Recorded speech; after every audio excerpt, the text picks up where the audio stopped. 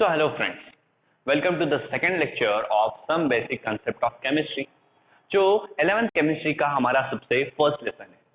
और फ्रेंड्स, आज इस सेकंड लेक्चर में हम सीखने वाले हैं कि किसी भी एटम का एटॉमिक मास क्या होता है, और एटॉमिक मास से रिलेटेड जितनी भी टर्म्स हैं उन सारी टर्म्स को इस वीडियो में हम कवर करेंगे। जैसे एवरेज एटॉमिक मास क्या है, देन मॉलिक्यूलर मास क्या होता है, देन फॉर्मूला मास क्या होता है, और इन सब के बाद हम सीखेंगे मोल concept. And again mole concept में हम ये देखेंगे कि मोलर मास क्या होता है। सो फ्रेंड्स, इस वीडियो में हम इन 5 पॉइंट्स की स्टडी करने वाले हैं। एंड फ्रेंड्स, लेक्चर स्टार्ट करने से पहले एक इंपॉर्टेंट नोटिस।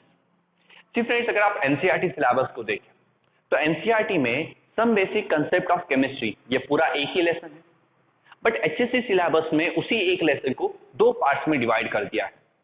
पहला लेसन है some basic concept of chemistry, और इसी लेसन का दूसरा पार्ट है second lesson, that is introduction to analytical chemistry. Now friends, हमारे सिलेबस में ऐसे 2 लेसन हैं, बट इन दोनों लेसन को भी हम एनसीईआरटी की तरह एक लेसन की तरह ही स्टडी करेंगे। So some basic concept of chemistry इसी लेसन में मैं हमारा सेकंड लेसन भी कवर कर लूंगा, और जब मैं आपको वही पॉइंट सिखा रहा हूं सो उस पॉइंट के दौरान भी मैं आपको बता दूंगा कि ये टॉपिक फर्स्ट लेसन में से या सेकंड लेसन में से। तो दोनों लेसन को हम एक साथ स्टडी करेंगे, और जैसे ही दोनों लेसन हमारे खत्म हो जाते हैं फिर हम उनके एमसीक्यूज की प्रैक्टिस करेंगे।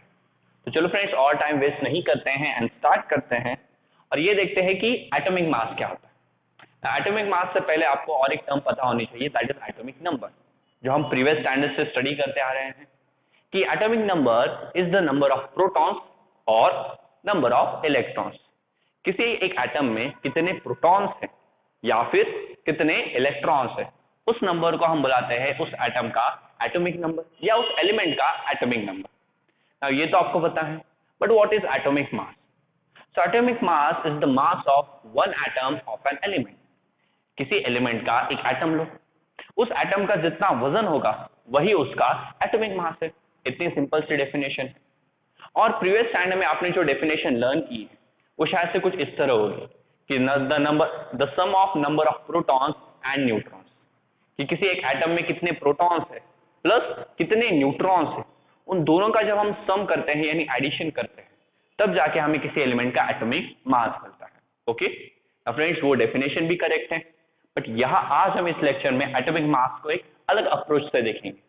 आज हम यहाँ पे देखेंगे कि एक्चुअल में पहले जमाने में साइंटिस्ट ने किस तरह पहली बार एटम्स का वेट मेजर किया था, और ये जो 1 AMU है इसकी एग्जैक्ट वैल्यू क्या होती।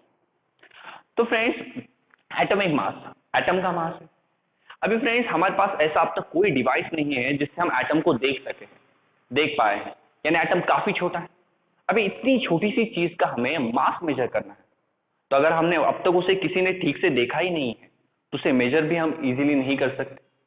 तो एटम का मास आप डायरेक्टली तो मेजर नहीं कर सकते, बट आप एक इनडायरेक्ट मेथड यूज कर सकते हो। इनडायरेक्ट मेथड कौन सी? वही हमारी पुरानी वाली जो हम अब तक यूज करते आ रहे हैं और आज भी यूज होती है। अगर आप कभी सब्जी लेने जाओ तो सब्जी वाले से बोलो कि मुझे 1 kg टमाटर चाहिए या 1 kg गाजर चाहिए, तो वो क्या करेगा, उसके पास एक बैलेंस होती है। बैलेंस के एक साइड पे वो रेफरेंस वेट रखता है। एक 1 kg का एक आयरन का पीस रखेगा, और उसके रिस्पेक्ट में वो आपको 1 kg टमाटो देगा। और जब दोनों बैलेंस एक दूसरे को इक्वल हो जाएंगे तब आपके जो टमाटोज का वेट है वो 1 kg का होता है। यस, तो यहाँ पे जो वेजिटेबल वेंडर था यानी जो सब्जी बेचने वाला था, उसने क्या किया, साइड में कुछ वेट्स रखे और उन वेट्स के रिस्पेक्ट में वो सब्जियां बेच रहा था। यस, कि ये सब्जी 1 किलो हो गई, ये सब्जी 2 किलो हो गई। तो यहाँ वेट मेजर करने के लिए एक रेफरेंस वेट का यूज करते हैं, और उस रेफरेंस वेट के रिस्पेक्ट में बाकी सारी चीजों को मेजर करते हैं। यह हमारी सबसे पुरानी मेथड है। इसी मेथड को यूज किया एटम्स का वेट मेजर करने के लिए। साइंटिस्ट ने क्या किया, उन्होंने भी एक एलिमेंट लिया और उस एलिमेंट को एक रेफरेंस वेट की तरह यूज किया। इन सब साइंटिस्ट ने सोचा कि हम एक एलिमेंट ले लेंगे और उसे रेफरेंस वेट की तरह कंसीडर कर लेंगे, और उसके रिस्पेक्ट में बाकी हमारे पास जितने भी एलिमेंट्स हैं उनके हम एटॉमिक मास को इजीली मेजर करेंगे। तो सारे साइंटिस्ट एक दिन बैठे और ये सोचने लगे कि अभी ये मेथड तो ठीक है, पर यहाँ सबसे बड़ा क्वेश्चन आता है कौन सा एलिमेंट हमारा रेफरेंस वेट बनेगा जिसके रिस्पेक्ट में बाकी सारे एलिमेंट्स का एटॉमिक मास मेजर होगा। तो सारे साइंटिस्ट सोचने लगे और फिर उनके डिस्कशन में एंड में ये कंक्लूजन आया कि जो कार्बन एटम है उस कार्बन एटम को हम as a reference weight use करेंगे। ओके, सारे साइंटिस्ट ने क्या डिसाइड किया कि जो कार्बन एटम वो कार्बन एटम बनेगा हमारा रेफरेंस वेट। अभी सी फ्रेंड्स, ये सारी बातें साइंटिस्ट ने बनाई है और हर बात के पीछे कुछ रीजन ही होगा। ऐसे तो नहीं उनका मूड होगा कि कार्बन एटम को ही रखना है रेफरेंस वेट तो उन्होंने रख दिया। कुछ रीजंस है जिसकी वजह से हम कार्बन एटम को एज अ रेफरेंस वेट यहाँ पे यूज कर रहे हैं और वो रीजंस हैं, सबसे पहला रीजन था उसमें से अबेंडेंस। अगर आप देखें तो 98% में आपको नेचर में कार्बन मिल जाएगा, यानी बहुत ही ज्यादा अमाउंट में कार्बन नेचर में प्रेजेंट है। और यहाँ पे मैं जो रीजंस बता रहा हूँ वो रीजंस आपको किसी भी बुक में नहीं मिलेंगे, इसलिए काफी इंपॉर्टेंट है, इन पे अच्छे से ध्यान दीजिए। तो कार्बन बहुत ही ज्यादा अमाउंट में नेचर में प्रेजेंट है, यानी अगर आप कोई भी ऑर्गेनिक चीज देखें, ऑर्गेनिक चीज का मतलब होता है कि ऐसी सारी चीजें जो प्लांट्स और एनिमल्स से हमें मिलती है। सी हम भी किससे बने हैं? कार्बन से ही बने हैं। हम जो खाते हैं खाना उसमें ग्लूकोज होता है, वो ग्लूकोज भी किससे बनता है? कार्बन से ही बनता है। तो हमारे आसपास काफी जगह कार्बन है, तो हमारे जो रेफरेंस वेट है उसे हम इजीली कहां से भी निकाल सकते हैं, यानी जब भी हमें एक्सपेरिमेंट करना हो इजीली हम कहीं से भी कार्बन लेके आ सकते हैं और हमारा एक्सपेरिमेंट कर सकते हैं। ये पहला रीजन था जिसकी वजह से carbon atom as a reference weight select किया गया। फिर आया दूसरा रीजन। दूसरा रीजन था कि ये जो कार्बन एटम है ये मॉडरेटली रिएक्टिव।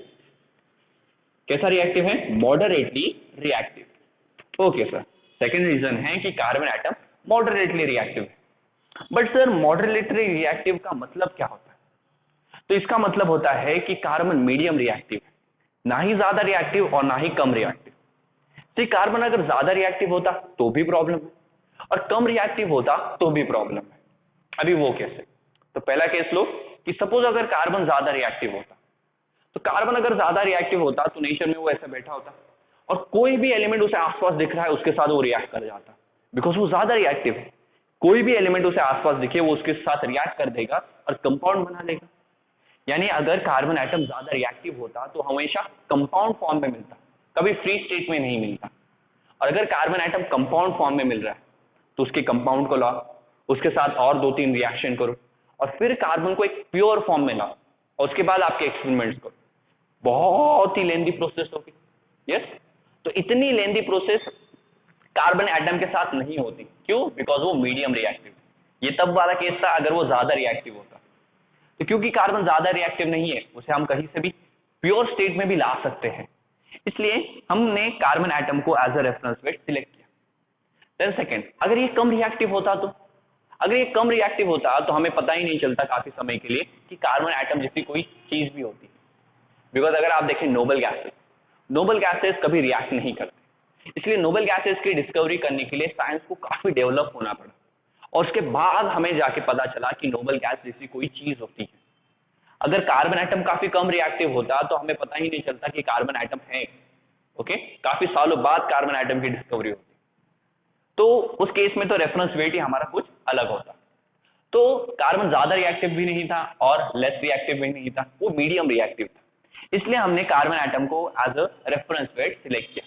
बिकॉज ज्यादा रिएक्टिव पर वो कंपाउंड बना देता और लेस रिएक्टिव होने पर पता ही नहीं चलता कि अब तक हमें उस टाइम पता ही नहीं होता कि कार्बन एटम है या नहीं। तो ये सेकंड रीजन। थर्ड रीजन है कि no isotopes of carbon were known at that time. No isotopes of carbon were known at that time, यानी उस समय हमें ये बिल्कुल भी पता नहीं था कि कार्बन के कोई आइसोटोप्स होते हैं। आइसोटोप्स पता है ना, उसी एलिमेंट के बहन भाई। ओके, उसी एटम के बहन भाई होते हैं। जस्ट दिखने में तो एक दूसरे को बिल्कुल सिमिलर होते हैं, यानी एकदम ट्विंस होते हैं, जस्ट वेट में थोड़े से मोटे होते हैं। यानी उनके एटॉमिक नंबर तो सबके सेम है, यस, बट उनका जो एटॉमिक मास होता है वो अलग अलग होता है। एटॉमिक नंबर सेम है इसलिए वो उनकी जितनी भी केमिकल प्रॉपर्टीज है वो सब आपको सेम मिलेगी, बट फिजिकल प्रॉपर्टीज में चेंज दिखेगा। क्यों? बिकॉज सब एक दूसरे से ज्यादा मोटे हैं, यानी उनका एटॉमिक मास अलग अलग है। तो उस टाइम साइंटिस्ट को ये बिल्कुल भी पता नहीं था कि कार्बन का कोई आइसोटोप है। बिकॉज देखो, उस टाइम हमें ये पता नहीं था कि कार्बन का कोई आइसोटोप है, यानी साइंटिस्ट ने क्या सोचा, अगर हम कहीं से भी कार्बन लाए, उस कार्बन का जो वेट होने वाला है वो फिक्स्ड ही रहेगा। ओके, कहीं से भी हम कार्बन एटम लाए, क्योंकि कार्बन का कोई आइसोटोप नहीं है, तो जब भी हम कहीं से भी कार्बन एटम लाएंगे तो उसका जो वेट होने वाला है वो फिक्स्ड ही रहेगा। और इसके लिए हमारे जो सारे एक्सपेरिमेंट करेंगे वो करेक्ट ही आएंगे। हमेशा याद रखो कि आपका जो रेफरेंस वेट होना चाहिए उसका वजन फिक्स्ड होना चाहिए। अगर उसके वजन में कुछ गड़बड़ होने लगी तो आपकी जो एक्सपेरिमेंट करोगे वो भी गड़बड़ होने लगेंगे। अगर आप वेजिटेबल वेंडर के पास जाओ यानी सब्जी वाले के पास जाओ और उसके वेट्स में ही कोई प्रॉब्लम हो तो आपको सब्जी कम भी मिल सकती है। यस, ऐसी प्रॉब्लम हमारे एक्सपेरिमेंट के साथ भी हो सकती है। तो क्योंकि साइंटिस्ट ने देखा कि उस जमाने में कार्बन का कोई आइसोटोप नहीं था, नेचर में थे, हमें पता नहीं थे। ओके, नेचर में कार्बन के आइसोटोप एग्जिस्ट कर रहे थे, तब साइंस इतना डेवलप नहीं था कि उन्हें डिस्कवर कर पाए। तो ये भी एक रीजन बन गया कि कार्बन एटम को as a reference weight select किया, बिकॉज इसके कोई आइसोटोप नहीं है, इसलिए कहीं से भी अगर हम कार्बन एटम लाएं तो उसका वेट हमेशा फिक्स्ड ही रहेगा।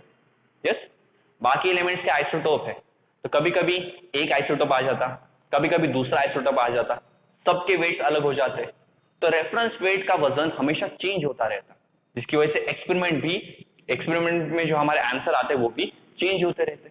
यस, इसलिए ये तीन मेन रीजन थे जिसकी वजह से कार्बन एटम को as a reference weight select किया। ओके सर, तो उस जमाने में साइंटिस्ट थे होशियार और उन्होंने इन तीन रीजन की वजह से कार्बन एटम को रेफरेंस वेट कंसीडर कर लिया। अभी सर हमारा क्वेश्चन है कि रेफरेंस वेट पता है, बट रेफरेंस वेट का वजन कितना है?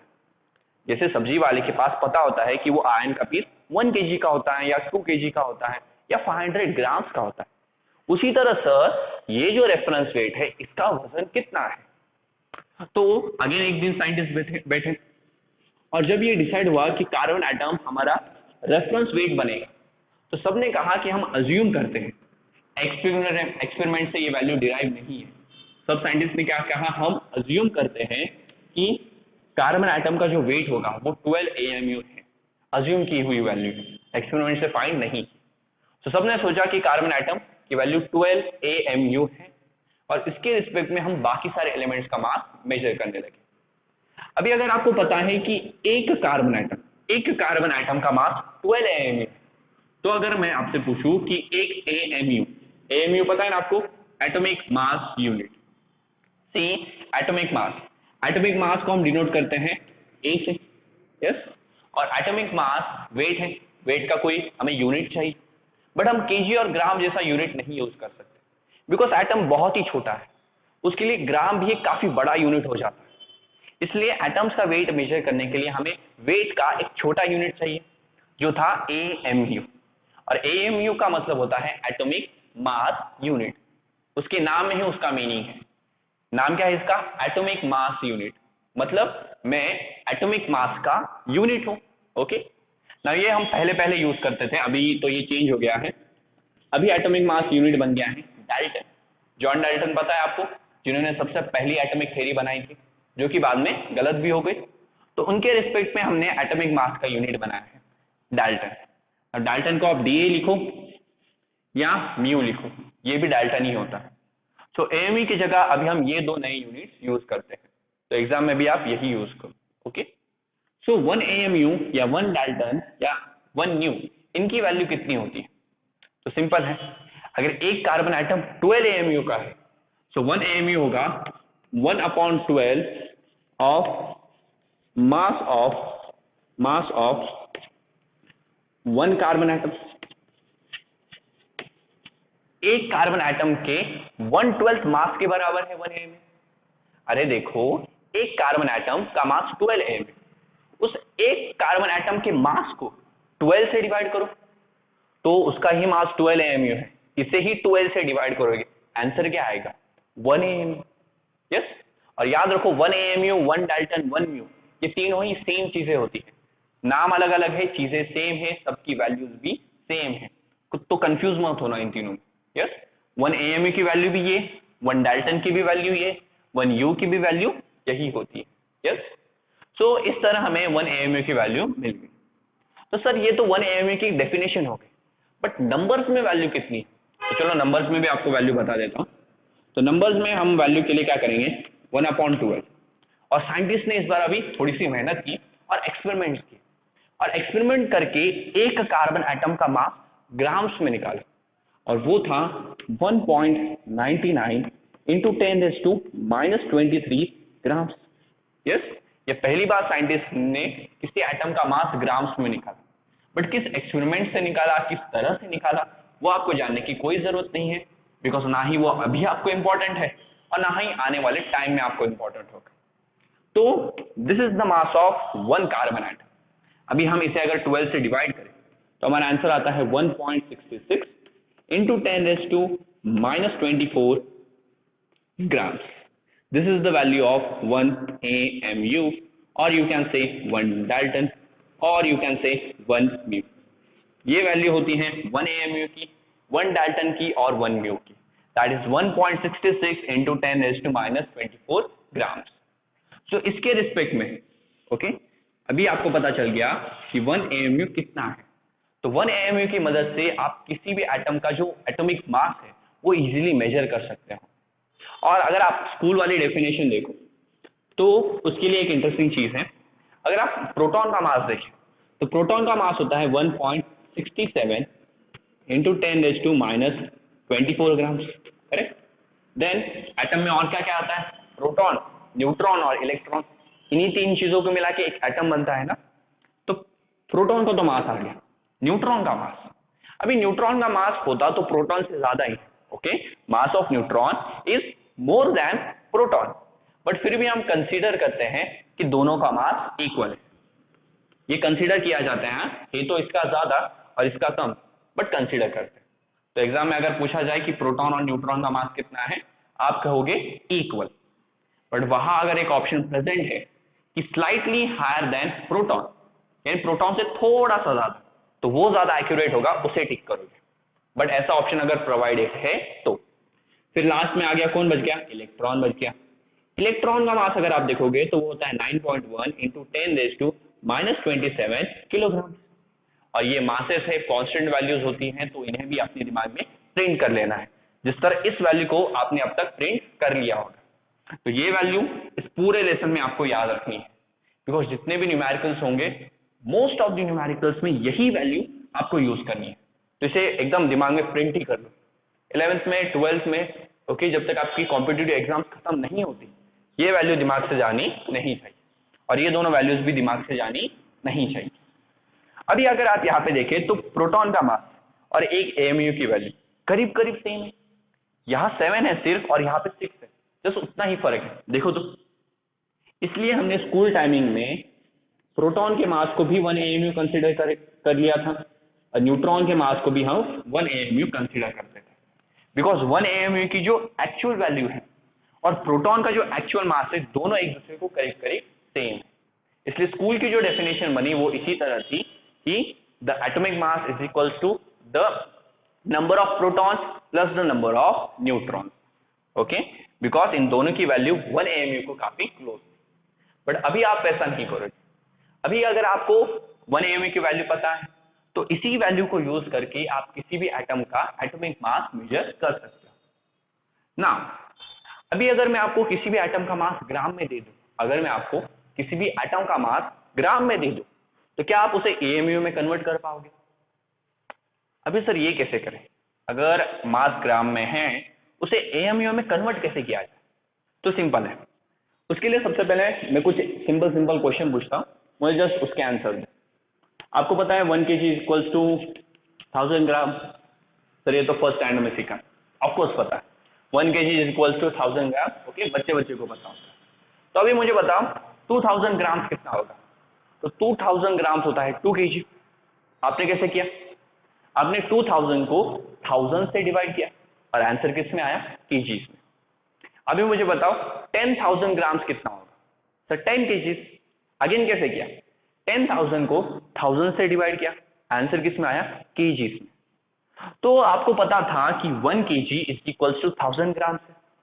तो जब भी मैं आपको ग्राम्स में वेट देता था, आप उसे 1000 से डिवाइड करते थे और इससे डिवाइड करने पर आपका आंसर kgs में आता था। तो उसी तरह मैं अगर आपको ग्राम्स में किसी एटम का वेट दूं, अच्छे से सुनो, ग्राम्स में अगर किसी एटम का वेट दूं, उसे आप इस वैल्यू से डिवाइड करो, इस वैल्यू से डिवाइड करने पर आंसर किस में आया? AMU में। अरे जिस तरह ये इक्वेशन सेम ही दिख रहा है, जैसे हाँ वैल्यूज का फर्क है। ओके, ग्राम में वजन दो, 1000 से डिवाइड करो, केजी में वेट मिल जाता है। यहाँ पे ग्राम में वजन दो, इस वैल्यू से डिवाइड करो, तो आंसर किस में आएगा, एएमयू में। जैसे अगर आप ऑक्सीजन देखें, तो suppose you have one atom of oxygen, one oxygen atom, तो एक ऑक्सीजन एटम का मास ग्राम्स में होता है 26.56 इंटू 10⁻⁻24 ग्राम। 56 के आगे भी बहुत सारे नंबर्स होते हैं, बट आपको इतनी ही वैल्यू याद रखनी है। तो ये होता है ग्राम्स में एक ऑक्सीजन एटम का वजन। आपको वजन चाहिए, वेट चाहिए एएमयू में, यानी मास चाहिए एएमयू में। तो क्या करो, सिंपली 26.56 इंटू 10⁻⁻24, इसे आपको डिवाइड करना है 1.66 इंटू 10⁻⁻24। याद रखो 1 एएमयू की वैल्यू ये मत लो, यही यूज करनी है आपको। ये यूज करोगे तो ये प्रोटॉन की वैल्यू, एएमयू की वैल्यू नहीं। ओके, हम कंसीडर करते थे कि ये दोनों 1 एएमयू को इक्वल है, बट अभी आपको 1 एएमयू की एक्चुअल वैल्यू पता है ना, तो यही यूज करो। ओके, तो दोनों को डिवाइड करो, आपका जो एक्चुअल आंसर आएगा वो है 15.999, बट उसका राउंड ऑफ कर लो, हमने कर दिया 60। तो इस इक्वेशन का एक्चुअल आंसर आएगा 15.999, इसे ही अप्रॉक्स कर लो तो 16 एएमयू हो जाएगा। यानी ऑक्सीजन का जो एटॉमिक मास है वो एएमयू में कितना है, 16 एएमयू। अगर आपको एएमयू में दे दूं अभी वजन, तो ग्राम्स में कन्वर्ट कर पाओगे क्या? सिंपल है सर, 16 में ये वैल्यू मल्टीप्लाई करो, ग्राम्स में हो जाएगा। यस, बिकॉज एक एएमयू अगर इतना ग्राम होता है तो 16 एएमयू कितना ग्राम्स होगा, 16 को इस वैल्यू से मल्टीप्लाई करो, आंसर ग्राम्स में आपको मिल जाएगा। So this was all about atomic mass. Atomic mass होता क्या है, सबसे पहले साइंटिस्ट ने किस तरह से एटम का मास मेजर किया, देन एक्चुअल में 1 एएमयू की वैल्यू क्या होती है। ये सारी इंपॉर्टेंट चीजें हैं जो आज हमने इस लेसन में सीखी, और इस लेसन के न्यूमेरिकल्स में, एमसीक्यूज में यही सारी कंसेप्ट हमें अप्लाई करनी है। और एक और इंपॉर्टेंट बात आज हमने सीखी, क्या कि अगर मैं आपको किसी भी एटम का मास, कोई भी एलिमेंट का एटम हो, उसका मास ग्राम्स में अगर दे दूं, तो आप उसे एएमयू में कन्वर्ट कर सकते हो। क्या करके, इस वैल्यू को डिवाइड करके। और उल्टा भी कर सकते हो कि अगर मैं किसी एटम का मास आपको एएमयू में दे दूं, तो उसे आप ग्राम्स में भी कन्वर्ट कर लोगे। कैसे? इस वैल्यू से मल्टीप्लाई करके। ओके, तो ग्राम से एएमयू में जाना है तो डिवाइड करो, एएमयू से ग्राम में जाना है तो मल्टीप्लाई करो। सो फ्रेंड्स, इसका एक स्क्रीनशॉट निकाल लीजिए। And this was all about atomic mass of an element. अभी यहाँ पे हमने सिर्फ एटम का मास डिस्कस किया है, जैसे कि कार्बन का एटॉमिक मास, ऑक्सीजन का एटॉमिक मास, और इसकी मदद से तो आप सारे एटम्स का मास मेजर कर लोगे। बट क्या हमें केमिस्ट्री में सिर्फ एटम्स के बारे में सीखना है? नहीं, यही एलिमेंट्स बाद में रिएक्ट करके कंपाउंड्स बनाएंगे, और ज्यादातर तो हमें उन कंपाउंड्स पे ही फोकस करना है। और वो कंपाउंड्स का जो सबसे छोटा यूनिट होता है वो होते हैं मॉलिक्यूल्स।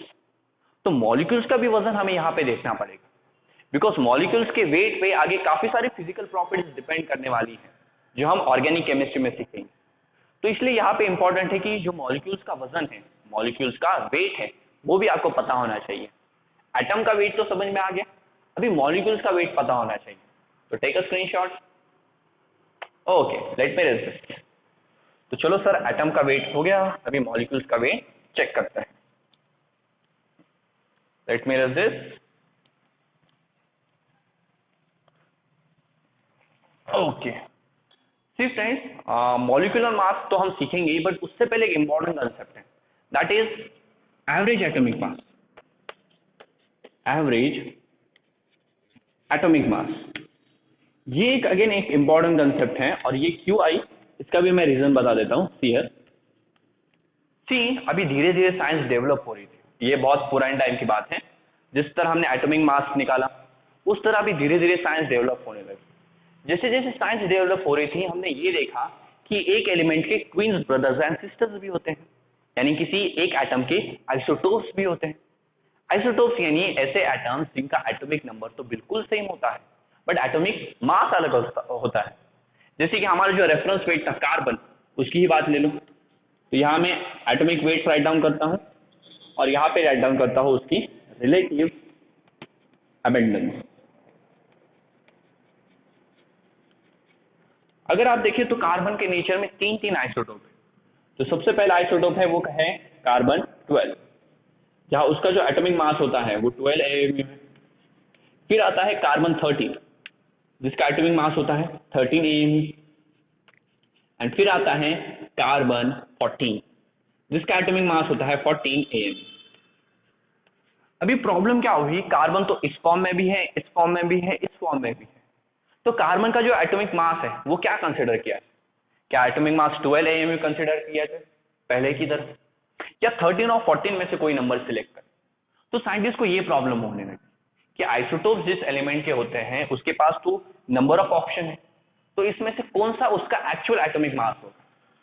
तो इस प्रॉब्लम को सॉल्व करने के लिए एक आइडिया आया कि हम इन सारे एटॉमिक मासेस का एवरेज निकाल लेते हैं। नेचर में कार्बन इस फॉर्म में भी है, इस फॉर्म में भी है, इस फॉर्म में भी है। तो हम क्या करते हैं कि इन सारे एटॉमिक मास का एवरेज निकाल लेते हैं, जिससे हमें एक्सपेरिमेंट में भी कोई प्रॉब्लम नहीं होगी। ओके, तो तब जाके एवरेज एटॉमिक मास की एक कंसेप्ट आई कि ऐसे एलिमेंट जिनके काफी सारे आइसोटोप्स होते हैं उनके केस में हम उनका एवरेज एटॉमिक मास ही यूज करते हैं। बट यहाँ पे और एक प्रॉब्लम है, ये तीनों जो एटम्स हैं ये नेचर में इक्वल अमाउंट में प्रेजेंट नहीं। अगर आप देखोगे ये वाला कार्बन, तो ये वाला कार्बन 98% में आपको मिलेगा, देन ये वाला कार्बन आपको मिलेगा 1.1%, और ये वाला कार्बन का 2 × 10⁻⁻10, यस इतने परसेंट में, यानी ये तो काफी कम परसेंट में मिलता है। तो यहाँ पे प्रॉब्लम क्या हुई कि तीनों आइसोटोप इक्वल अमाउंट्स में नेचर में प्रेजेंट नहीं है। अगर ये तीनों इक्वल अमाउंट्स में प्रेजेंट होते तो सिंपली हम जस्ट इनके एटॉमिक मासेस का एवरेज निकाल लेते, बट क्योंकि इनके अबेंडेंस एक दूसरे के कंपैरिजन में हमने यहाँ पे लिखी है, यानी इन दोनों के कंपैरिजन में ये 98% है, यस जो 100% का कार्बन हमारी अर्थ पे प्रेजेंट है उसमें से 98% ये वाला कार्बन है, बाकी बचा हुआ 1.1% ये वाला कार्बन है, और 2 × 10⁻10% ये वाला कार्बन है। ओके, सो इन सब के एबेंडेंस भी अलग अलग थी, या नेचर में अलग अलग अमाउंट में प्रेजेंट थे। तो क्योंकि नेचर में अलग अलग अमाउंट में प्रेजेंट है, इसकी वजह से हमें क्या करना पड़ा कि इनकी रिलेटिव एबेंडेंस को भी इनके एवरेज एटॉमिक मास के लिए कंसीडर करना पड़ा। यानी अभी अगर आप इनका एटॉमिक मास या एवरेज एटॉमिक मास कैलकुलेट करोगे, सी एक इसका सिंबल होता है एटॉमिक मास का, उसके सामने हमने लिख दिया एवरेज, तो हो गया एवरेज एटॉमिक मास। तो अभी जो एवरेज एटॉमिक मास है उसके लिए हमें क्या करना पड़ेगा, A1 × R1 plus A2 × R2 plus A3 × R। Okay, book में ऐसा कोई फॉर्मूला नहीं दिया, बट याद करने के लिए आप इसे देख सकते हो। अभी A1 और R क्या है, तो A1 का मतलब होता है पहले आइसोटोप का एटॉमिक मास, इंटू R1 का मतलब होता है उसका रिलेटिव एबेंडेंस, प्लस A2 यानी दूसरे आइसोटोप का एटॉमिक मास इंटू उसकी रिलेटिव एबेंडेंस, प्लस A3 यानी तीसरे आइसोटोप का एटॉमिक मास इंटू उसकी रिलेटिव एबेंडेंस। तो यहाँ पे इन दोनों चीजों को कंसीडर करना पड़ता है, और जितने ज्यादा आइसोटोप्स होंगे उतनी ज्यादा ये टर्म्स आप बढ़ाते जा सकते हो। यहाँ पे 3 ही थे तो मैंने 3 ही निकाले। अभी जस्ट यहाँ पे वैल्यूज पुट करो, आपको कार्बन का जो एवरेज एटॉमिक मास है वो मिल जाएगा। जैसे पहले आइसोटोप का वेट कितना है 12 इंटू रिलेटिव एबेंडेंस 98। अभी 98% है वो, याद रखो वो परसेंट में वैल्यू है, तो परसेंट को हमने अपॉन में 100 लिख दिया, यस इस तरह ही लिखते हैं उसे। प्लस सेकेंड आइसोटोप है 13, उसकी रिलेटिव एबेंडेंस 1.1/100, और फोर्थ आइसोटोप है 2, या कंसिडर कर लो 0.2 × 10⁻10 इंटू 14, और वो है 2 × 10⁻10। ओके, डायरेक्टली ऐसे पॉइंट्स में इसकी वैल्यू दे दी गई। अगर आप इन सबको सॉल्व करें तो आपको जो आंसर आता है वो है 12.001 AMU। सारे वैल्यूज AMU में दी थी, इसलिए जो हमारा आंसर आएगा वो भी AMU में ही आएगा। तो कार्बन का जो एवरेज एटॉमिक मास है वो है 12.011 AMU। तो इस तरह से हम किसी भी एक एटम का एवरेज एटॉमिक मास कैलकुलेट करते हैं। क्या करना है, उसके सारे आइसोटोप्स लिख लेने हैं, सबका एटॉमिक वेट लिख लेना है, atomic weight atomic mass same होता है, देन सबकी रिलेटिव एबेंडेंस भी लिख लेनी है, फिर इसे इससे मल्टीप्लाई करो, ऐड करो, प्लस इसे इससे मल्टीप्लाई करो, फिर इसे इससे मल्टीप्लाई करो, और इन तीनों टर्म्स को फिर ऐड करो, आपको उस एटम का एवरेज एटॉमिक मास मिल जाएगा। सेम हम नियॉन के साथ भी कर सकते हैं। नियॉन वाला केस भी यहाँ पे ही लिखता हूँ, स्क्रीनशॉट ले लो, quickly take a screenshot. See exam में आपको ये वाला जो क्वेश्चन है ये कॉम्पिटिटिव एग्जाम में तो नहीं पूछा जाता, बोर्ड्स की एग्जाम में आता है, मतलब आपकी बोर्ड्स तो नहीं अभी 11th में, कॉलेज की जो एग्जाम है वो उसमें पूछा जाता है। ओके, तो यहाँ पे बुक में हमारे एक और एक एग्जांपल दिया है नियॉन वाला, वो भी चलो डिस्कस करते हैं। तो नियॉन का एक आइसोटोप है हमारा नियॉन 20। यस, नियॉन पता है ना आपको, जो सेकंड नंबर वाली नोबल गैस है, 10th नंबर पे आती है। इसका वेट होता है 19.99, यानी इसका एक्चुअल वेट भी 20 नहीं है, 19.99 है, जिसे हमने राउंड ऑफ कर दिया 20 में। यस, कभी कभी एग्जाम में हमें इतने मार्क्स भी मिलते हैं तो उसका भी हम राउंड ऑफ कर लेते हैं। इसके रिलेटिव एबंडेंस अगर आप देखो तो वो है 90%। यस, देन नियॉन का दूसरा आइसोटोप है नियॉन 21। इसका एटॉमिक वेट है 20.99 AMU, और इसका जो तीसरा आइसोटोप है वो है नियॉन 22। इसका एटॉमिक मास है 21.99 AMU। देन ये 0.2% में प्रेजेंट होता है, और ये 8.8% में प्रेजेंट होता है। ओके, तो ये इनकी रिलेटिव एबंडेंस और ये नियॉन के एटॉमिक मास है। अभी करना क्या है, इसे इससे मल्टीप्लाई करो, इसे इससे मल्टीप्लाई करो, इसे इससे मल्टीप्लाई करो, और जो तीन टर्म्स आपको मिलेंगे उन तीनों को सिंपली ऐड करो। तो नियॉन का जो एवरेज एटॉमिक मास है वो आपको मिलेगा 20.1707 AMU। This is the average atomic mass of neon, but question solve करते वक्त हम 20 AMU ही उसका एवरेज एटॉमिक मास कंसीडर करते हैं। ये अगर आपको some basic concept of chemistry इसकी न्यूमेरिकल सॉल्व करने हैं तो सबसे पहले इंपॉर्टेंट है कि जो पहले 20 एलिमेंट्स है उन सब के एटॉमिक नंबर और उन सब के atomic mass as well symbols आपको लर्न होने चाहिए। ओके, जब हम पीरियोडिक क्लासिफिकेशन ऑफ एलिमेंट सीखेंगे वहां मैं आपको कुछ ट्रिक्स दूंगा जिससे इजीली आप पूरा पीरियोडिक टेबल याद कर लोगे, बट इनके जो एटॉमिक मासेस है उन्हें याद करने का कोई ट्रिक नहीं है, वो आपको याद ही रखने पड़ेंगे। ओके, किसी ना किसी तरह से आपको उन्हें लर्न ही करना पड़ेगा, बिकॉज न्यूमेरिकल्स में क्या होता है, कभी कभी ये वैल्यूज आपको दी जाती है बट समटाइम्स वैल्यू नहीं दी जाती। उस केस में आपको प्रॉब्लम ना हो इसलिए पहले 20 एलिमेंट, सिर्फ पहले 20 एलिमेंट उन सबका एटॉमिक मास लर्न कर लीजिए। तो एवरेज एटॉमिक मास भी आपको समझ में आ गया। यस, काफी इजी कंसेप्ट थी, और आई एम श्योर थोड़ा सा तो बोरिंग लगा होगा। यस, तो ये थोड़ा सा बोरिंग टॉपिक था, जस्ट एवरेज एटॉमिक मास क्या होता है ये हो गया। ओके, अभी इसके बाद जैसे कि हम डिस्कस कर रहे थे मॉलिक्यूल्स का भी मास हमें पता होना चाहिए। चलो देखते हैं next point, that is molecular mass. तो चलो थर्ड पॉइंट हम यहाँ पे सीखते हैं, दैट इज मॉलिक्यूलर मास। तो देखो एवरेज एटॉमिक मास थोड़ी सी तो बोर कंसेप्ट है, yes I also accept that, but college के एग्जाम्स के लिए इंपॉर्टेंट है, तो अच्छे से इस पे ध्यान दें। फिर आता है मॉलिक्यूलर मास। मॉलिक्यूलर मास तो आगे आप बहुत ही ज्यादा यूज करने वाले हो। यस, और मॉलिक्यूलर मास भी कोई हार्ड कंसेप्ट नहीं है, ये भी एटॉमिक मास की तरह ही सिमिलर। तो मॉलिक्यूलर मास का मतलब होता है मास ऑफ वन मॉलिक्यूल, एक मॉलिक्यूल का मास। अभी एक क्वेश्चन मुझे पूछना है, मोस्ट ऑफ द स्टूडेंट्स इसमें कंफ्यूज होते हैं कि मॉलिक्यूल किसका होता है, कंपाउंड का होता है या एलिमेंट का होता है, ये बता। ज्यादातर स्टूडेंट्स को इसमें कंफ्यूजन होता है, क्या एक कंपाउंड का ही मॉलिक्यूल होगा या एलिमेंट का भी मॉलिक्यूल होता है। तो करेक्ट आंसर है दोनों का मॉलिक्यूल, बिकॉज अगर आप देखें HCl हाइड्रोक्लोरिक एसिड एक कंपाउंड है, इसका मॉलिक्यूल होता है, यही इसका मॉलिक्यूल है। ये है नाइट्रोजन गैस। अभी नाइट्रोजन ये क्या है, एक एलिमेंट है, और ये उस एलिमेंट का मॉलिक्यूल है। यहाँ HCl दो एलिमेंट कंबाइन होकर एक कंपाउंड बना रहे हैं, उस कंपाउंड का ये मॉलिक्यूल है। और यहाँ पे एक ही एलिमेंट के दो एटम आपस में कंबाइन होकर एक मॉलिक्यूल बना रहे हैं। तो एलिमेंट का भी मॉलिक्यूल होता है और कंपाउंड का भी मॉलिक्यूल होता है। ओके, इसमें कंफ्यूज मत होइए। सो एलिमेंट का एक मॉलिक्यूल ले लो या कंपाउंड का एक मॉलिक्यूल ले लो, उन मॉलिक्यूल्स का जो वेट होता है यानी जो मास होता है उसे हम मॉलिक्यूलर मास बुलाते हैं। तो सर मॉलिक्यूल्स का मास किस तरह मेजर करना है, तो सिंपल है, डायरेक्टली एक एग्जांपल ही ले लेते हैं। जैसे सपोज मैं यहाँ पे लेता हूँ कार्बन डाइऑक्साइड का एक मॉलिक्यूल, तभी आपको इसका मास चाहिए ना। ये जो कार्बन डाइऑक्साइड है ये एक कार्बन और 2 ऑक्सीजन के एटम से बना है, तो इसका जो मास होगा वो भी एक कार्बन का मास और 2 कार्बन एटम के मास को ऐड करके ही बना होगा। तो वही तो यहाँ पे करना है आपको, एक कार्बन एटम और 2 ऑक्सीजन का मास ऐड करो और आपको इसका मॉलिक्यूलर मास मिल जाएगा।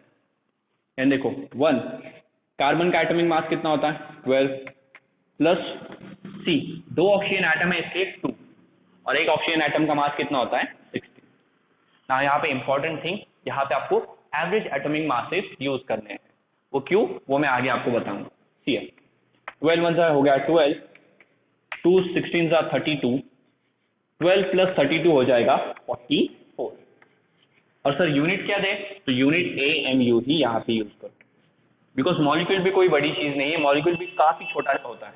यस, तो उसके मास के लिए भी हम AMU यानी एटॉमिक मास यूनिट ये वाली टर्म ही यूज करते हैं, या इसकी बजाय आप डाल्टन यूज करो।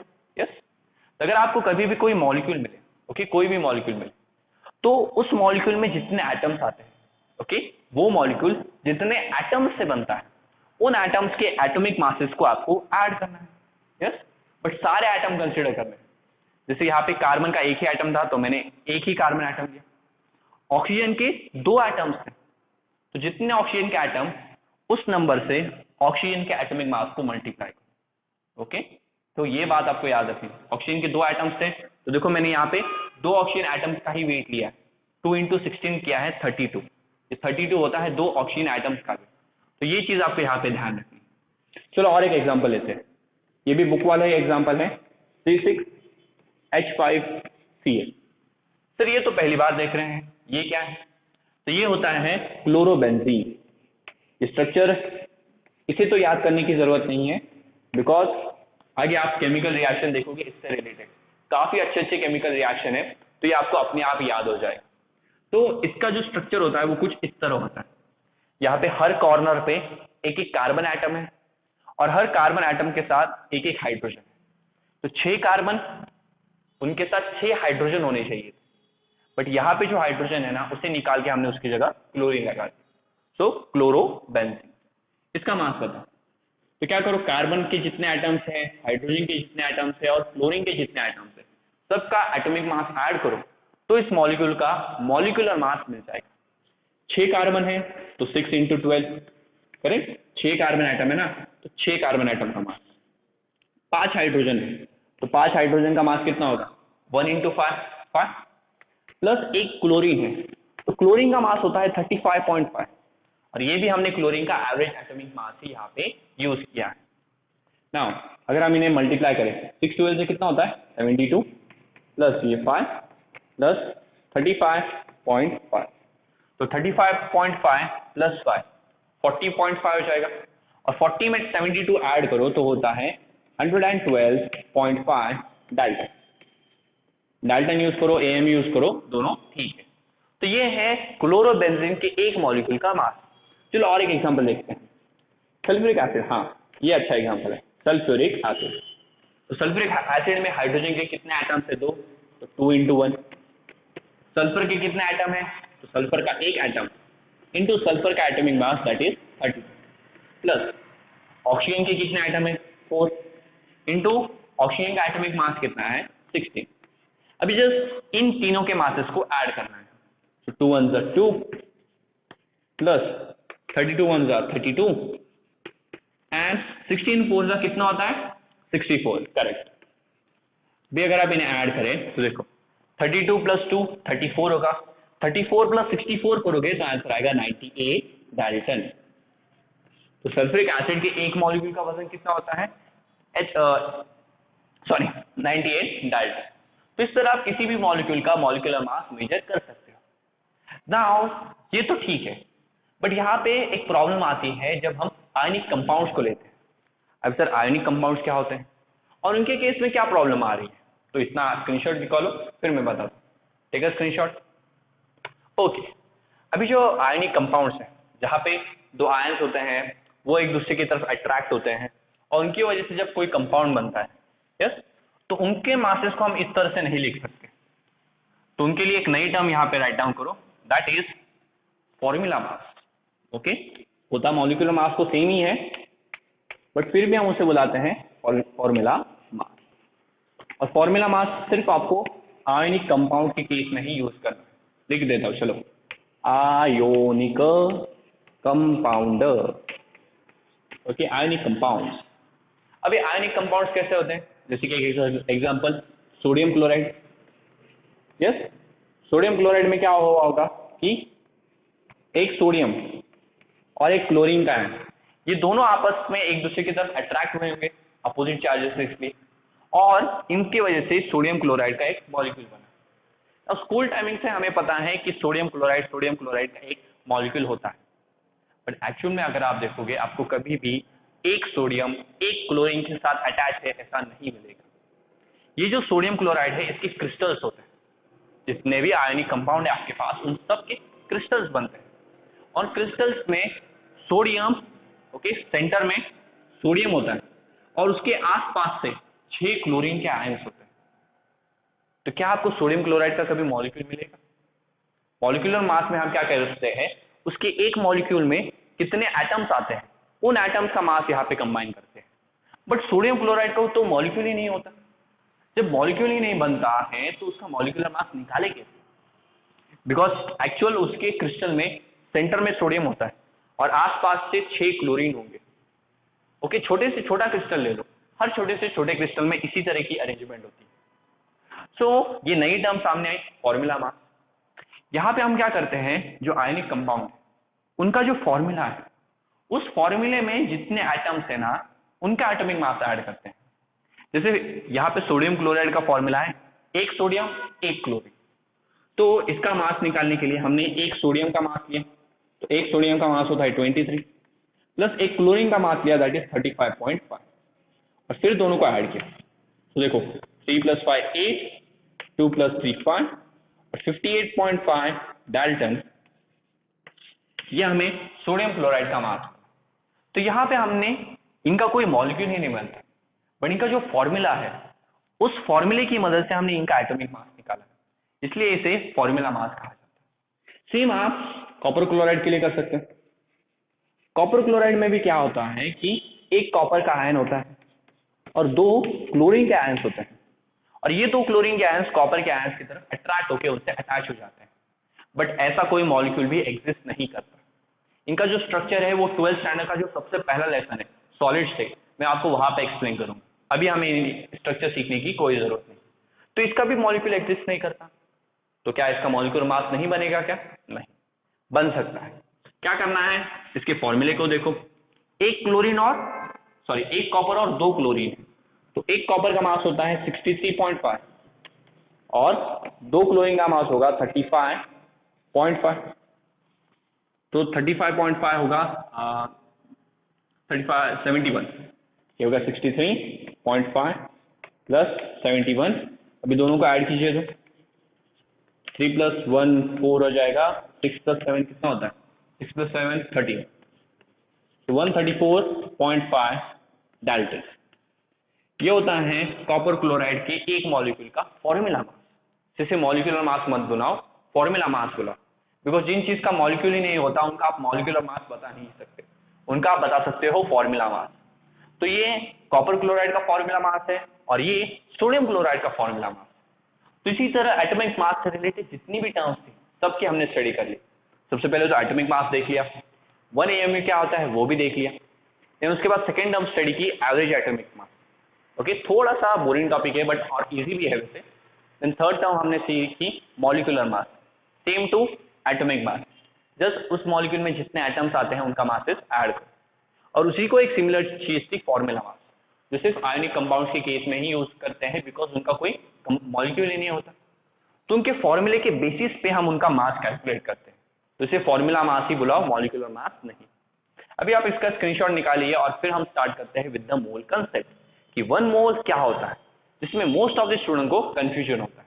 तो टेक अ स्क्रीनशॉट।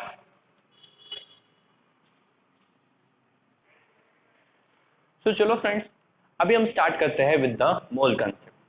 ना mole concept friends physical chemistry के लिए काफी ज्यादा इंपॉर्टेंट है, बिकॉज आगे के हमारे जितने भी लेसन हैं उसमें आप मोल्स को काफी जगह देखने वाले हो और काफी क्वेश्चंस में यानी काफी न्यूमेरिकल्स में उसे यूज भी करने वाले हो। तो एक क्वेश्चन हमेशा पूछा जाता है कि सर मोल्स सीखना इतना ज्यादा इंपॉर्टेंट क्यों है? ओके, क्यों मोल्स आपको हर केमिस्ट्री में हर तरफ दिखते हैं? तो इसका एक रीजन है, सी जब तक मोल कंसेप्ट हमारे पास नहीं थी तो सारे साइंटिस्ट के पास एक क्वेश्चन था, हम केमिकल रिएक्शंस तो कर रहे थे, एलिमेंट्स रिएक्ट करके कंपाउंड बना रहे थे, बट एक एलिमेंट यहाँ दूसरे एलिमेंट के साथ कंबाइन हो रहा था, तो एक एलिमेंट के कितने एटम्स दूसरे एलिमेंट के साथ कंबाइन हो रहे हैं वो हमें पता नहीं चल रहा था। जब हम एलिमेंट्स को ग्राम्स में ले रहे थे तो उन ग्राम्स में उस एलिमेंट के कितने एटम्स है वही हमें पता नहीं चल रहा था। फिर वो एटम्स रिएक्ट करके जो कंपाउंड बना रहा है उस कंपाउंड के कितने मॉलिक्यूल्स उस ग्राम में प्रेजेंट है वो सारी चीजें हमें पता नहीं चल रही थी। तो सारे साइंटिस्ट इसी बात को सोच रहे थे कि किस तरह हमें पता चले कि अगर हमने कुछ ग्राम्स में कोई एलिमेंट लिया है, जैसे 10 ग्राम में कोई एक एलिमेंट लिया है, तो उस 10 ग्राम्स में उस एलिमेंट के कितने नंबर ऑफ एटम्स है ये कैसे पता लगाया जाए। तो इसी बात पे सारे साइंटिस्ट सोच रहे थे। तो एक साइंटिस्ट आए जिनका नाम था एवोगाड्रो, और एवोगाड्रो ने फिर हमें दी मोल कंसेप्ट।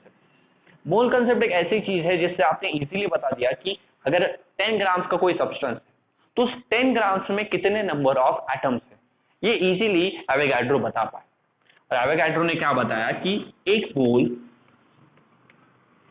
का यहां मतलब होता है कि a mole is just a number, एक सिंपल सा एक नंबर होता है दैट इज 6.022 इंटू 10⁻23, और ये नंबर भी आपको 1 AMU की वैल्यू की तरह दिमाग में प्रिंट कर लेना है। तो एक मोल जस्ट एक नंबर है, जिस तरह डजन एक नंबर होता है। डजन का मतलब क्या होता है? 12। अगर आपको एक डजन एग चाहिए यानी आपको 12 एग चाहिए। अगर आपको एक डजन बुक्स चाहिए तो आपको 12 बुक्स चाहिए। उसी तरह क्विंटल है हमारे पास। क्विंटल का मतलब क्या होता है? 100 kg। मुझे 1 क्विंटल अनियन चाहिए यानी मुझे 100 kg की अनियन चाहिए। मुझे 1 क्विंटल पटाटोस चाहिए तो यानी मुझे 100 kg के पटाटोस चाहिए। जिस तरह टन है हमारे पास, टन यानी कि 1000 kg। मुझे 1 टन सीमेंट चाहिए यानी मुझे कितने केजी का सीमेंट चाहिए? 1000 kg का। तो ये सारे जो वर्ड है वो हमें एक पर्टिकुलर नंबर बताते हैं। ओके, उसी तरह एक मोल हमें एक पर्टिकुलर नंबर बताता है। तो अगर आप किसी भी एलिमेंट का एक मोल लोगे तो उसमें 6.022 इंटू 10⁻23 एटम्स ही होंगे। सोडियम का एक मोल ले लो, उसमें 6.022 इंटू 10⁻23 सोडियम के एटम्स होंगे। मैग्नीशियम का 1 मोल ले लो, उसमें 6.022 इंटू 10⁻23 मैग्नीशियम के एटम्स होंगे। या डेली लाइफ में देखो, 1 मोल के पेन लो, 1 मोल पेन यानी आपने 6.022 इंटू 10⁻23 पेन्स खरीदे हैं यहाँ पे। यस, 1 मोल चौक ले लो, 1 मोल चौक यानी अगेन 6.022 इंटू 10⁻23। तो मोल जस्ट एक नंबर है। यस, अब जितने मोल्स की चीज लोगे वो इस नंबर से आपको पता चल जाएगा कि उसमें कितने एटम्स है, कितने आयन्स है, या जो भी चीजें आप खरीद रहे हो वो है। So mole is just a number. तो स्टूडेंट्स को काफी इजी हो गया कि सर ये तो काफी इजी है, जस्ट लैब में जाना है, कोई केमिकल उठाना है और उसका 1 मोल निकालना है। बट सर यहाँ पे एक डाउट है, एक ही छोटा सा डाउट। सर सपोज यहाँ पे सोडियम रखा है तो उसके 1 मोल में बाहर कैसे निकालूं? यानी एक एक करके मैं 6.022 इंटू 10⁻23 सोडियम के आइटम्स तो निकाल नहीं सकता। तो किस तरह मुझे पता चलेगा कि मैंने जो सोडियम लिया है वो 1 मोल ही है या 2 मोल्स?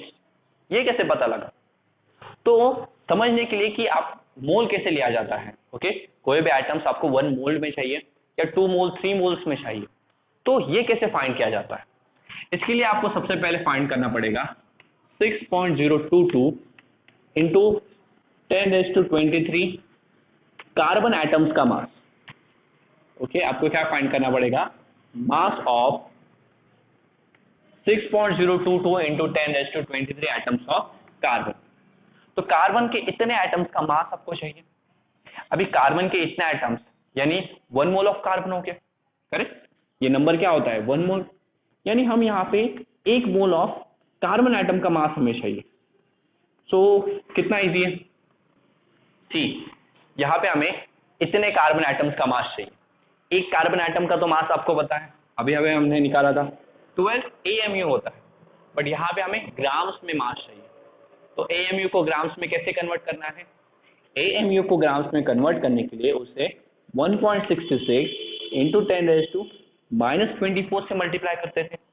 तो ये होता है कार्बन के एक एटम का मास। हमें कार्बन के इतने एटम का मास चाहिए, तो इस नंबर को भी इस वैल्यू से मल्टीप्लाई करेंगे इंटू 0.022 इंटू 10⁻23। और अगर आप इन्हें मल्टीप्लाई करो तो आपका आंसर आएगा 12 इंटू इसे और इस वैल्यू को मल्टीप्लाई करोगे तो आपका आंसर 9.99 आता है, बट हम राउंड ऑफ कर लेते हैं उसे और 10 बना देंगे। करेक्ट? इन दोनों को मल्टीप्लाई कीजिए, आपका आंसर 9.99 आता है, बट उस वैल्यू को हम राउंड ऑफ कर लेंगे, 10 बना देंगे। और यहाँ पे 10⁻⁻24 इंटू 10⁻23। तो देखो बेसिस सेम है, दोनों बेसिस में मल्टीप्लीकेशन का रिलेशन, तो पावर्स का क्या होता है? एडिशन, यानी -24 प्लस 23। माइनस प्लस माइनस होगा, 24 में से 23 माइनस करो 1, और power sine of the greater number इसलिए -1 आएगा। तो आएगा 10⁻⁻1। अब यहाँ 10 और 10⁻⁻1 आपस में कैंसिल हो जाएंगे बिकॉज यहाँ पावर 1 है। सो बेसिस सेम है, पावर को ऐड करो, सो 1 प्लस -1 कितना होगा? 0। तो यहाँ पे आपका आंसर आ गया 12 ग्राम। ओके, ये किसी को समझा नहीं होगा तो साइड में लिख के दिखाता हूँ। 1 प्लस -1 माइनस प्लस माइनस होगा, यानी 1 - 1 0, और 10⁻0 क्या होता है? 1। तो ये दोनों ने आपस में एक दूसरे को कैंसिल कर दिया, तो आपको जो आंसर आया है वो आया है 12 ग्राम। यानी 1 मोल ऑफ कार्बन एटम का मास कितना होता है? 12 ग्राम। अगर आप यहाँ पे एक चीज देखें तो 1 कार्बन एटम का मास कितना है मुझे बता दो। एक कार्बन एटम का मास तो सर 12 AMU है, और 1 मोल ऑफ कार्बन एटम का मास कितना है? 12 ग्राम। तो क्या आपको इन दोनों से कुछ चीज समझ में आ रही है? यानी एक कार्बन एटम का जो मास होता है, जो उसका एटॉमिक मास है, उस एटॉमिक मास में AMU को हटा के अगर आप ग्राम लगा दो, वही उसके 1 मोल का मास होता है, और इसी मास को हम बुलाते हैं मोलर मास। इसी मास को क्या बुलाते हैं? मोलर मास, या इसे हम बुलाते हैं ग्राम एटॉमिक मास, बिकॉज ये उसका एटॉमिक मास ही है, बट किसमें? ग्राम्स में। 12 कार्बन का एटॉमिक मास है, बट यहाँ 12 ग्राम्स है, तो ग्राम्स में हम उसका एटॉमिक मास यहाँ पे दे रहे हैं। So it is known as atomic mass और ग्राम एटॉमिक मास। तो ये आपको समझ में आ गया। ये आप हर एलिमेंट के लिए कर सकते हो, यानी उस एलिमेंट का जो एटॉमिक मास है, उस एटॉमिक मास में AMU हटा के ग्राम लगा दो, और उतने ग्राम्स में वो एलिमेंट लो, तो वो कितने मोल होगा? 1 मोल होगा। जैसे अगर लैब में जाओ और 12 ग्राम्स का कार्बन लो, तो वो 12 ग्राम्स का कार्बन कितना होगा? 1 मोल ऑफ कार्बन। और उस 1 मोल ऑफ कार्बन में कार्बन के कितने एटम्स होंगे? तो उस 1 मोल ऑफ कार्बन में 6.022 इंटू 10⁻23 कार्बन एटम्स होंगे। This was all about mole. Okay, ये है हमारी मोल कंसेप्ट। ये सिर्फ आप कार्बन के साथ नहीं, ऑक्सीजन के साथ भी हम करके देखते हैं। इसका एक स्क्रीनशॉट निकाल लीजिए। ओके, अभी ऑक्सीजन के साथ देखते हैं CM। ओके, अभी हमें इतने ही ऑक्सीजन एटम्स का मास चाहिए। सो पूछूं कि हमें इतने ऑक्सीजन एटम्स का मास चाहिए, तो इस 6.022 इंटू 10⁻23 एटम्स ऑफ ऑक्सीजन का मतलब क्या होता है? 1 मोल ऑफ ऑक्सीजन एटम है आपके पास, और इन 1 मोल ऑफ ऑक्सीजन एटम का आपको मास चाहिए। तो सिंपल है, क्या करो, ऑक्सीजन के एक एटम का मास लो और उसे इस नंबर से मल्टीप्लाई कर दो। तो ऑक्सीजन के एक एटम का मास होता है 16 AMU, बट हमें मास तो ग्राम में चाहिए, AMU में नहीं। तो उसके लिए हम उसे मल्टीप्लाई करेंगे 1.66 इंटू 10⁻⁻24 से। ओके, यही होती है 1 AMU की वैल्यू। तो ये इतना मास होता है एक ऑक्सीजन एटम का, वो भी किसमें? ग्राम्स में। तो ये एक ऑक्सीजन एटम का मास आ गया। हमारे पास ऑक्सीजन के इतने एटम्स हैं, तो इस नंबर को भी इस मास से मल्टीप्लाई करेंगे, 6.022 इंटू 10⁻23। ओके, अभी अगर आप इन्हें मल्टीप्लाई करो तो 16 वापस से एज इट इज आ जाएगा। इसे और इसे मल्टीप्लाई करोगे तो ये वापस से 10 हो जाएगा। इन दोनों को दोनों वैल्यू वापस से सेम है, अभी आपको कैलकुलेशन दिखाया था। इन दोनों को सॉल्व करोगे तो आंसर 10⁻⁻1 आएगा, और अगेन इन दोनों को सॉल्व करोगे तो आंसर 1 आएगा, और 1 इंटू 16 16 होता है। यानी कार्बन के भी 1 मोल का मास कितना है 16 ग्राम, और यही होता है कार्बन का मोलर मास। तो याद रखो किसी भी चीज का अगर आपसे मोलर मास पूछा जाए तो मोलर मास का मतलब कुछ नहीं, वो उसका एटॉमिक मास ही पूछ रहे हैं बट ग्राम्स में। ओके, और ग्राम्स में कन्वर्ट करने के लिए क्या करना है उसे, जस्ट एमयू को हटाओ और वहां पे ग्राम लगा दो, तो यही उसका ग्राम एटॉमिक मास है। Okay, this is the short form of gram atomic mass, GAM, यानी एटॉमिक मास ही लिखो बट किसमें, ग्राम्स में। तो ऑक्सीजन के एक एटम का मास कितना है 16 AMU, ये ऑक्सीजन के एक एटम का मास है। तो यहाँ पे हमने AMU हटाया और उसके साथ ग्राम लगा दिया, तुरंत ये क्या बन गया, ऑक्सीजन का मोलर मास। तो यहाँ हमें ये समझ में आ गया कि 1 मोल क्या था। तो मोल क्या है, जस्ट एक नंबर है। और मोल हमें कैसे पता चलता है कि हमने जो चीज ली है वो मोल्स में है या नहीं, उसके वेट से। यस, उस एलिमेंट का जो एटॉमिक वेट है, उस एटॉमिक वेट में AMU को हटा के ग्राम लगा दो और जो वैल्यू मिलेगी उस वैल्यू में उस चीज को लो, तो वो कितना हो जाएगा 1 मोल। जैसे ऑक्सीजन अगर आपको 1 मोल में चाहिए तो आप क्या करोगे, ऑक्सीजन का एटॉमिक वेट देखो कितना है 16 AMU, AMU को हटाओ उसकी जगह ग्राम लगा दो, तो 16 ग्राम बन गया। यानी अगर आप ऑक्सीजन को 16 ग्राम में लोगे, इसका मतलब आपने ऑक्सीजन का 1 मोल लिया है। और 16 ग्राम में ऑक्सीजन के कितने एटम्स होंगे, सिंपल है 6.022 इंटू 10⁻23 एटम्स, इतने एटम्स होंगे 1 मोल ऑफ ऑक्सीजन में। अभी इससे रिलेटेड कुछ क्वेश्चन सॉल्व करते हैं जिससे मोल कंसेप्ट आपकी और भी क्लियर हो जाए। जैसे सपोज हमारा सबसे पहला क्वेश्चन है, काफी इजी क्वेश्चन है here, find, write down, this is your first question, find the number of moles, okay, find the number of moles of oxygen in 64 grams of oxygen, okay, find the number of moles of oxygen atoms in 64 grams of oxygen। आपके पास 64 grams में oxygen है, तो आपको बताना है इतने grams में oxygen के कितने नंबर ऑफ मोल्स हैं। तो काफी इजी है, सी ऑक्सीजन के 1 मोल ऑफ ऑक्सीजन, ऑक्सीजन के 1 मोल का कितना वेट होता है 16 ग्राम, ऑक्सीजन के 1 मोल का कितना वेट है 16 ग्राम। यानी हम यहाँ पे लिख सकते हैं कि 16 ग्राम से अगर 1 मोल बनता है, हम यहाँ पे क्या लिख सकते हैं कि 16 ग्राम से ऑक्सीजन का 1 मोल बनता है, तो 64 ग्राम से कितना मोल बनेगा, सिंपल है 64 को 16 से डिवाइड करो, जो आंसर आएगा उतने मोल बनेंगे, दैट इज 4 मोल, करेक्ट। अगर 16 से 1 मोल बन रहा है तो 64 से पता लगाने के लिए कितने मोल बन रहे हैं आप उसे 16 से ही डिवाइड करोगे, तो 64 डिवाइडेड बाय 16 आंसर मिल जाएगा 4 मोल, यस, जो कि करेक्ट है। तो यहाँ पे हमारे पास 4 मोल ऑफ ऑक्सीजन एटम है। तो अगर आप देखिए इससे आपको एक फॉर्मूला मिलता है, फॉर्मूला क्या बनेगा कि आपको चाहिए थे नंबर ऑफ मोल्स, आपको क्या चाहिए थे number of moles. Number of moles के लिए आपने क्या किया, जो आपका गिवन मास था क्वेश्चन में, जो आपको गिवन मास, जो मास दिया जाता है उसे हम गिवन मास बुलाते हैं।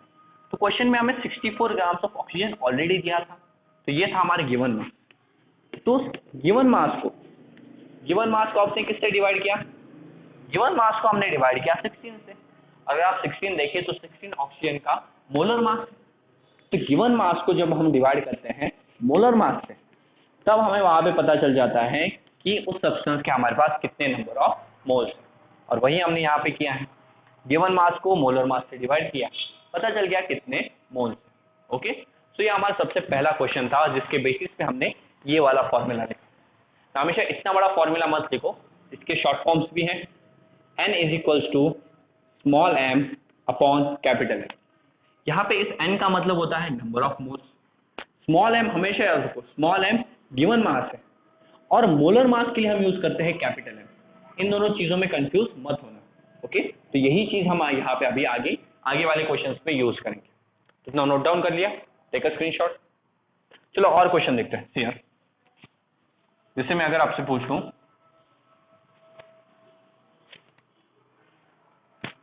ओके, थोड़ा सा बड़ा वाला क्वेश्चन लेते हैं कि find the number of moles, find the number of moles in first question 24 grams of nitrogen, then second question है हमारा 57 grams of fluorine, 57 grams of fluorine atoms,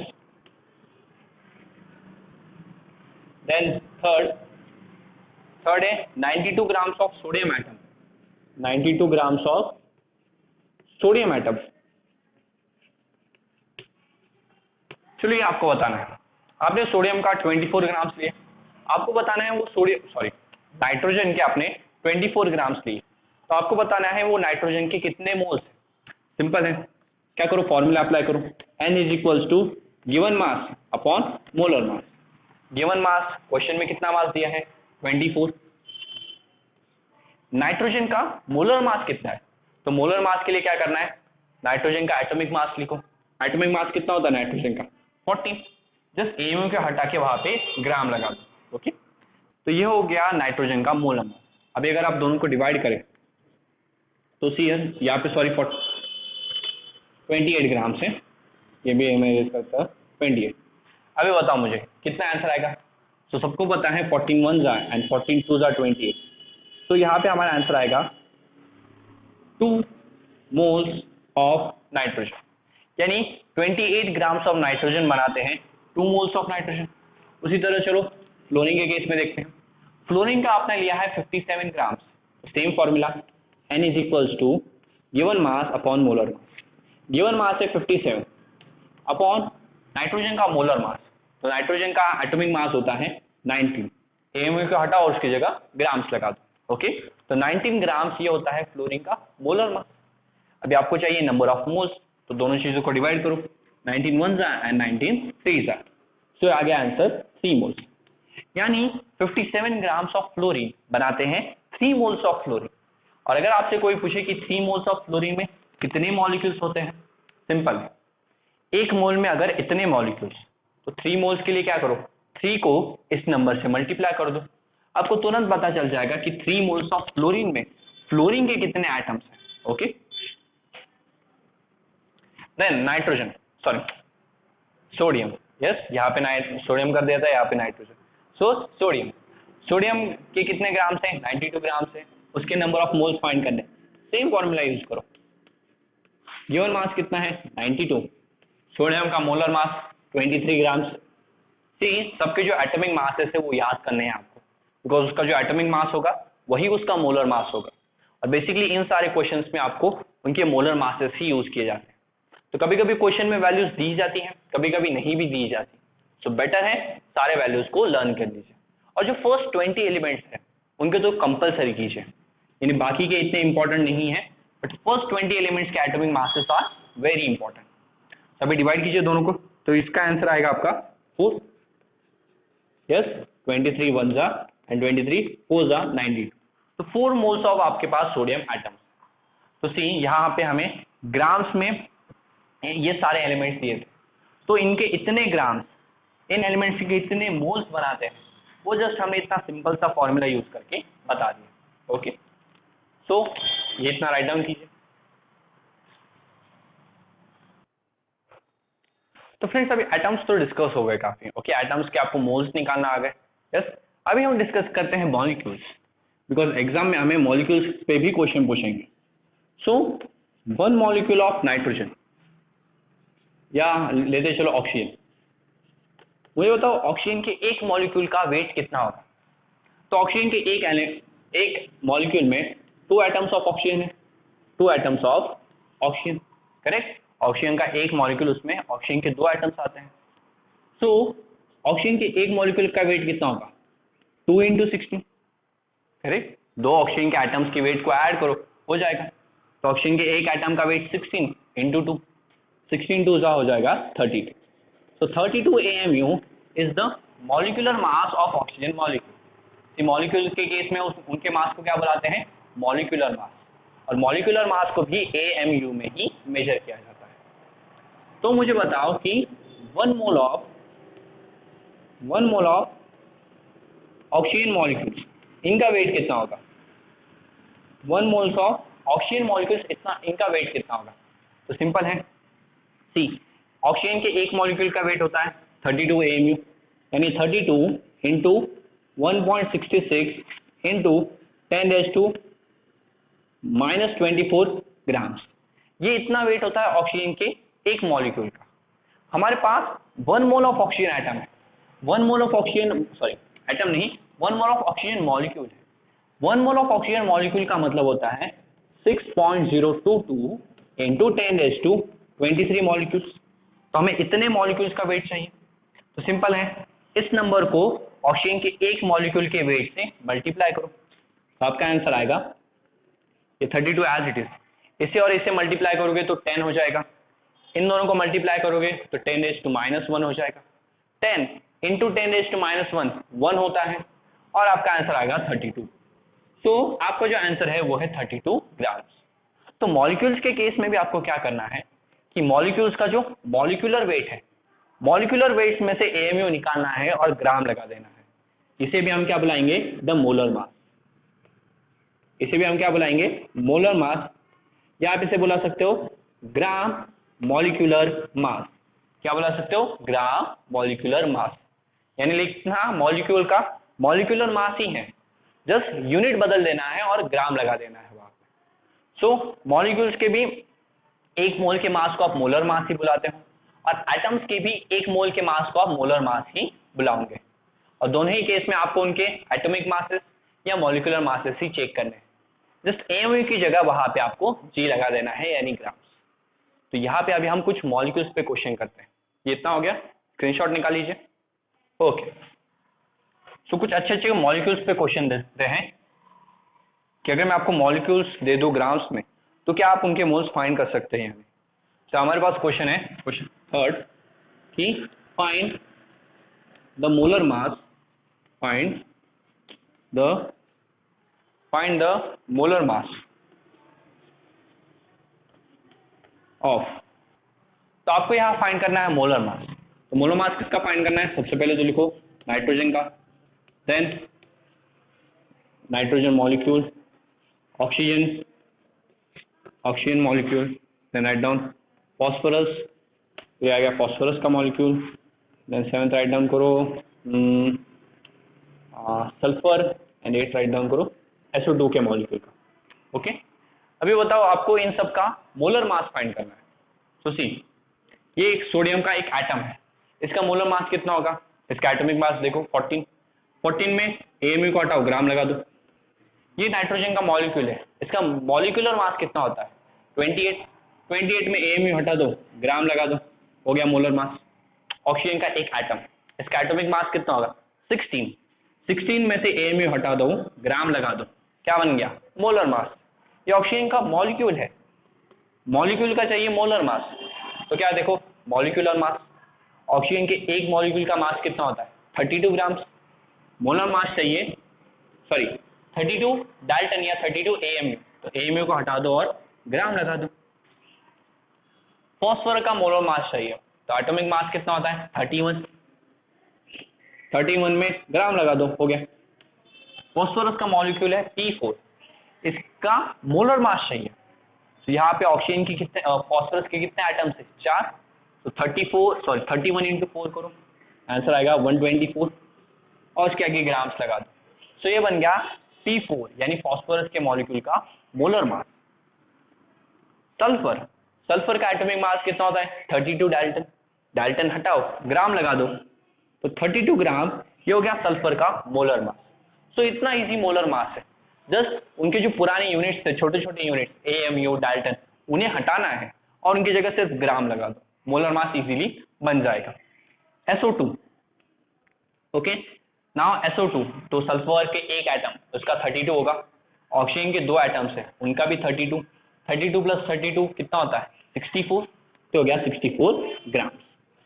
तो इस तरह हमारे पास कुछ एटम्स और कुछ मॉलिक्यूल्स दिए थे, और उन सब का हमने मोलर मास इजीली कैलकुलेट कर लिया। तो इसका भी एक स्क्रीनशॉट निकाल लीजिए। ओके, नहीं साइड में जगह यहाँ पे लिखता हूँ। चलो नेक्स्ट क्वेश्चन क्या है हमारा, find the number of atoms of carbon present in 24 grams of carbon. Okay, next question है, find the number of carbon atoms in 24 grams of carbon. आपके पास 24 ग्राम्स में कार्बन है, ओके। उसमें आपको बताना है कि उस 24 ग्राम्स ऑफ कार्बन में कार्बन के कितने एटम्स हैं। सिंपल है। उसके लिए भी हम पहले क्या करेंगे, नंबर ऑफ मोल से निकालेंगे। तो बस एक बार पता चल गया कितने मोल्स है, उसे इससे मल्टीप्लाई करो, तुरंत पता चल जाएगा कितने नंबर ऑफ एटम्स है, ओके।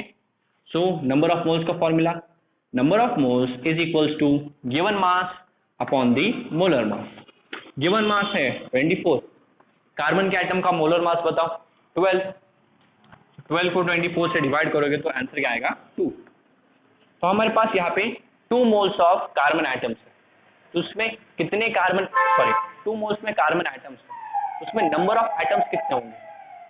2 मोल्स का कार्बन है हमारे पास, तो उसमें नंबर ऑफ कार्बन एटम्स कितने होंगे।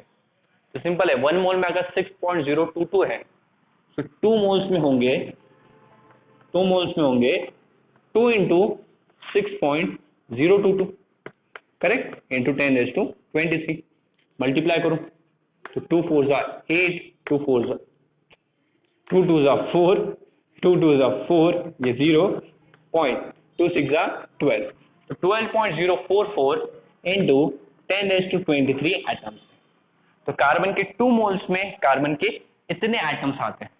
तो यही काफी इंटरेस्टिंग थी इस नंबर के बारे में। और ये नंबर किसने ढूंढा था, एवोगैड्रो ने। तो इसलिए इस नंबर को हम एवोगैड्रोस नंबर भी बुलाते हैं और उसे डिनोट करते हैं Na से, एवोगैड्रोस नंबर। तो इतना राइट डाउन कीजिए, हम और एक क्वेश्चन देखते हैं। ओके, इसका स्क्रीनशॉट निकाल लिया, okay. Now let me raise this.